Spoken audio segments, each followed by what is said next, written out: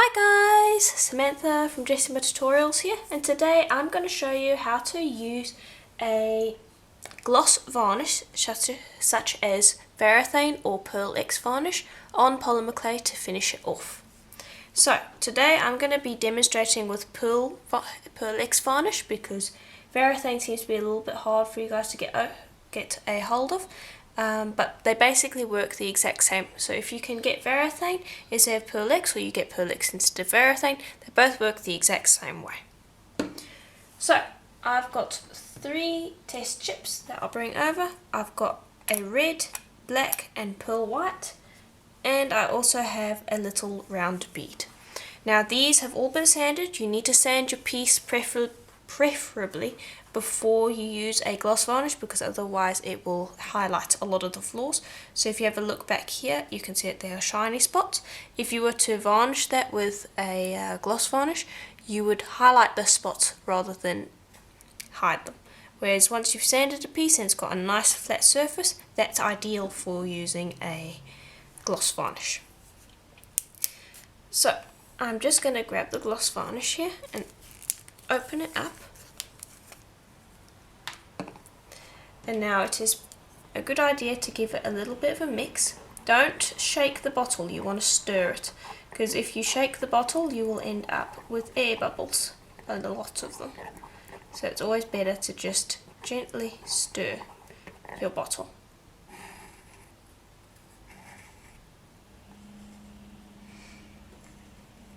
Okay.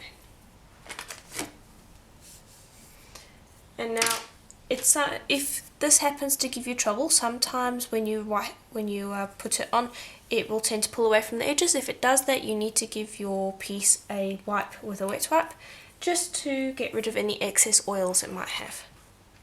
But these have been sanded recently, so they shouldn't have any oils on them. So you'll just take a nice fine brush like so, and you'll brush it on. Now the ideal thing to do would be to actually have a hole in this,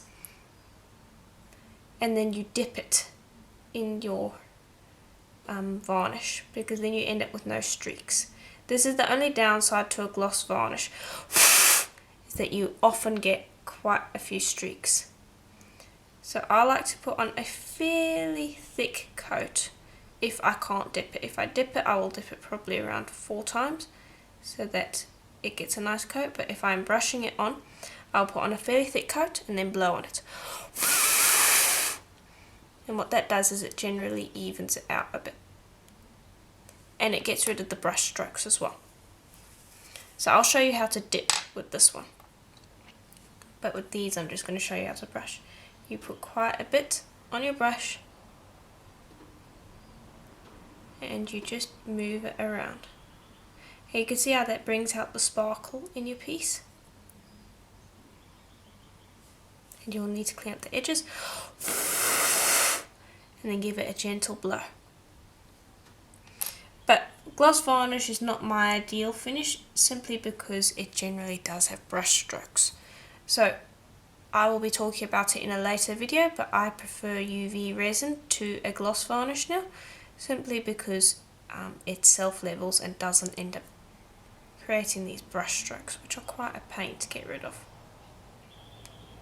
Okay, so you can see I'm dabbing on it, and blow. Clean up around your edges, and then just let that sit for about half an hour to cure. Okay, then clean off your brush quickly. And then as for this one, we're going to dip it. So I've drilled it already, and I'm just gonna do that so that it can't come off.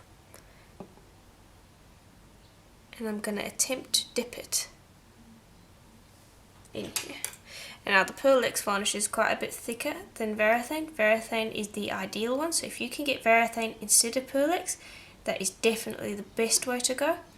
But if you can't, you can definitely use Pearl X varnish. But when you're dipping, it's just going to take a little bit more effort to get your piece clean.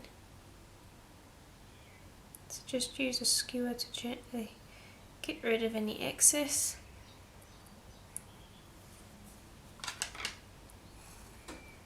Okay, and then I'm going to straighten this out. You can see there's a drip forming there. Get rid of that. Okay. But you can see it there are no brush strokes now, so that's good. And then you'll bring over something like this. And I'm just going to string that along. I'm just going to remove the later strip. And all you'll do is you'll just position it on here with the wire, like so. And that will just suspend it. And you can put a few beads along here if you wanted to. And then you might need to go in with a wet wipe every once in a while before it dries.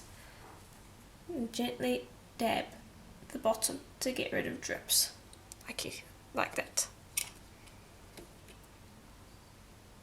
But that is how you would do a round bead. You could also use the brush technique, but dipping is definitely better than the brush technique because then you don't get any of those brush strokes. So I'll let that dry along with these for about half an hour, and then when they're dry I will show you how they look. Alright, so our varnish has finished curing, and you can see it leaves a pretty nice shiny finish. You can see with the flat ones it's done a pretty good job. The only problem is I find that it tends to dry with a few pits in it, so you can see that pretty well on the black, and that is why I prefer to use UV resin. It doesn't dry with these weird pits in it, and the Varnish does this as well. But it works really nicely for round beads. As you can see, you can't see any pits on here. So that is basically how you would use not UV resin, just gloss varnish. And here is a necklace done with it. It was my faux abalone necklace, and you can see that it gives it a really nice sheen. So if this tutorial was helpful to you, please do let me know in the comments below. If you have any questions, also write them in the comments below and I'll try to get back to you as soon as I can. And I'll see you in the next tutorial. Bye for now.